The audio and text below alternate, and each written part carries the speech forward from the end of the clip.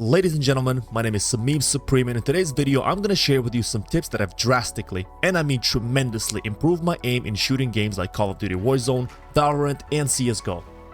Every shooting game requires an essential raw skill of placing your crosshair on your enemy prior to pulling the trigger.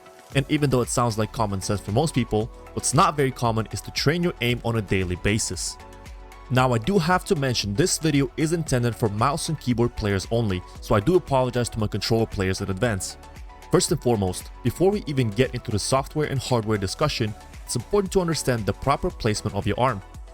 You don't want your elbow to be above or below the surface area you're playing on.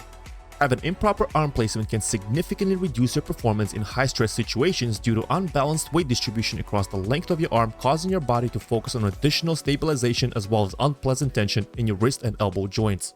All these big words basically mean that your arm is gonna hurt and your aim is gonna suck. To fix that, you want to place your elbow as parallel to the mouse pad as possible, as this will not only release the tension but also reduce friction between your arm and the mouse pad, so you will be able to react to in-game situations faster. Ensure that you're not leaning to one side or have your shoulder elevated to cause any discomfort during long hours of gameplay. Now that we have established the right arm placement, we can go ahead and focus on developing and refining our muscle memory. Obviously, after playing the same game for so long, you will definitely see improvement in your performance, but the rate at which you will is significantly lower when compared to the method that I'm about to propose in this video. Now, the application that I'm talking about is called AIMLAB. It's 100% free and weighs about 7 GB. I will have a link in the description below. For an aim trainer application such as AIMLAB being at early beta stage, it is quite well developed for what it has to offer. I highly recommend that you get on this aim trainer on a daily basis for at least 20 minutes a day if you're as competitive as myself. I promise at first glance you're most likely gonna hate it, I did too, trust me, but I promise if you stick to a routine and consistently practice your aim on a daily basis, your game performance will skyrocket and your KD will be proof to that. Once you have installed the application, go ahead and sign up for an account. This will help you track your progress through AIMLAB's ranking system as well as save your settings for future practices. Once you have logged in, go ahead into the settings area and select Controls tab.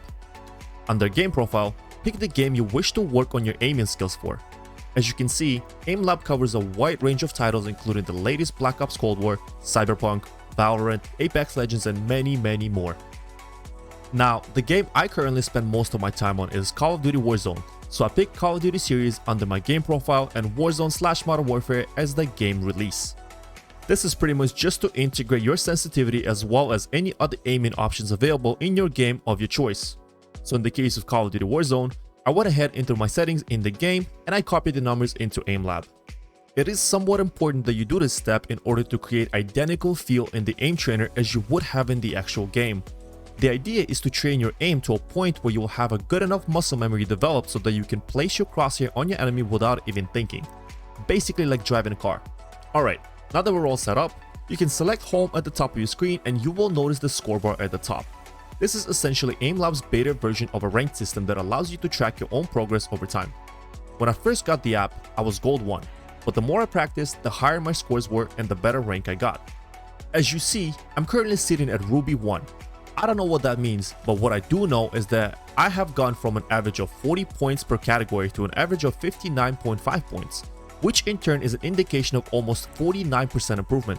So today, I'm going to share with you 7 amazing exercises that I think are an absolute must for an everyday training. Before we continue, a quick word from our sponsor, me. If you're enjoying this video, hit that like button. This helps me out by getting seen by individuals such as yourself who would like to improve on their aiming skills. Also, if you do play Call of Duty Warzone, you absolutely have to subscribe to the channel. Not only this lets me know that you appreciate the content and are willing to support it, but also you will learn a whole lot about best guns to use from mathematical and practical standpoint, Easter egg guides, as well as plenty of tips and tricks that will help you improve your gameplay. We are 700 subscribers away from 1,000, and once we reach that number, I will be doing lots of giveaways on the channel. I promise you that. Thank you in advance, and let's get back to the video. Now, for your first exercise, I highly recommend you go ahead and try to score 100% accuracy on Pentakill exercise under Sandbox Miscellaneous. Sandbox isn't part of the official ranking system yet, so you can mess up and try as many times as you like without having to worry about placement. That's of course if you care about it. The idea is that every round you will have 5 floating targets for which you'll have exactly 5 bullets and 3 seconds to complete the round. There are 20 rounds, making this whole exercise last 60 seconds. The point of this exercise is to slowly get you into the rhythm of the aim trainer, as well as learn how to shoot only when you need to, because you gotta hit 5 for 5 20 times to get 100% accuracy. Once you've completed the challenge, you will have a score sheet with some feedback. I highly encourage to read your feedback and don't get too upset about it, because a lot of times it's gonna tell you that you suck. Personally, I think it's a great feedback system as it forces you to reevaluate your current strategy and try to improve.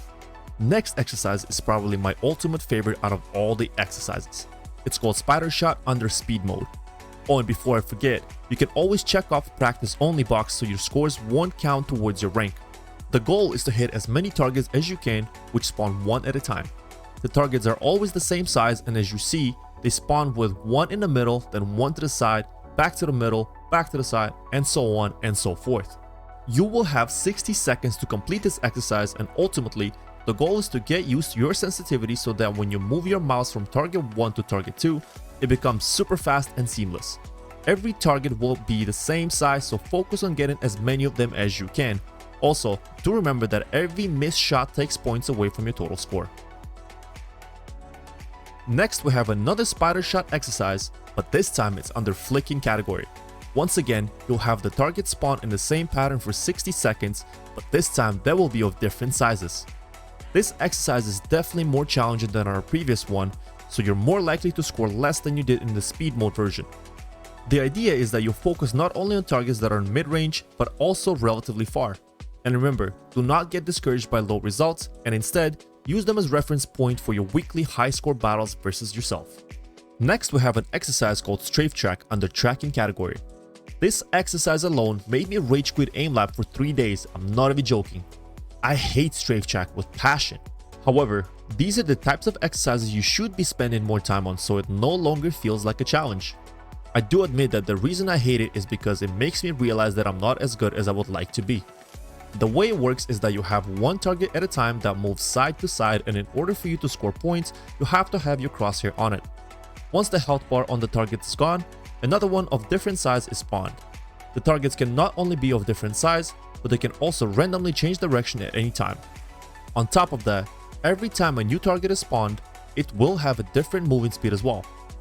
This is hands-on one of the most important skills you will have to develop if you're a mid to high tier player. Under the precision category, we have an exercise called Microshot. The goal is to hit as many targets in 60 seconds as possible. Each consecutive target will only spawn after the present target is eliminated. The targets will be of different sizes, much like Flick and Spidershot, but this time, there is no pattern to follow and the targets spawn very close to one another in the center of your screen. Once again, 60 seconds on the clock, and every missed shot will deduct points from your total score. The idea is to develop a muscle memory for a small area of interest with multiple enemies present. For perception exercise, which is our 5th ranked category, detection is an exercise that's sort of poorly worded as of now and requires next to no skill to complete. The goal is to pay attention to the screen and click anywhere as soon as you see the target appear. You don't have to shoot the actual target, but rather respond as fast as you can. I'm pretty sure the idea of this exercise is meant to determine your reflexes as well as potential hardware latency issues, which I'll talk about later in this video. And last but not least, we have Cognition category with Decisionshot as an exercise. I recommend starting with speed decision primarily due to the fact that the target sizes don't change and you can train your quick decision shooting abilities first before you incorporate flicking at smaller targets. The goal is very similar to Spidershot exercise where you had to hit the middle target, then hit one off to the side, except the main difference is that once you hit a blue or red target in the center, you have to hit that same color target that appears off to the side, otherwise you lose points. This type of decision making is important in game modes where friendly fire is enabled, and if you see your teammate and enemy at the same time, you will choose who to shoot wisely. Once you have mastered the speed shot exercise, you can go ahead and move on to the precision and ultimate modes, which are slightly harder as the target sizes will change throughout the exercise. Now that we're done with the exercises, there are a few other things you can do that are not as crucial as the tips and tricks outlined earlier, but they most definitely do contribute to overall improved performance. One of those things is proper hydration for optimal cognitive performance. It has been scientifically proven that body's dehydration by just about 2% will decrease your mental and physical performance, meaning you are more likely to underperform during competitive matches simply because your body will not be at its best. So give yourself a favor, guys. Keep a nice full bottle of water by your side and remember to sip on it every 30 minutes or an hour. Another factor that may affect your performance is obviously your hardware. It has been recommended that your monitor's refresh rate needs to match your frames per second as well as not be lower than 144 Hz. There is a quite noticeable difference between a 60 and 144 Hz monitors when it comes to spotting the enemy first. With a 144 Hz monitor, you are able to see them on your screen before the enemy gets to see you on their 60 Hz monitor, which obviously gives you an advantage. I personally have a 1440p 240Hz monitor, which allows me to benefit from up to 240 frames per second. At last, if you're a total tryhard like myself, I have one more tip regarding latency input, and this one involves your mouse.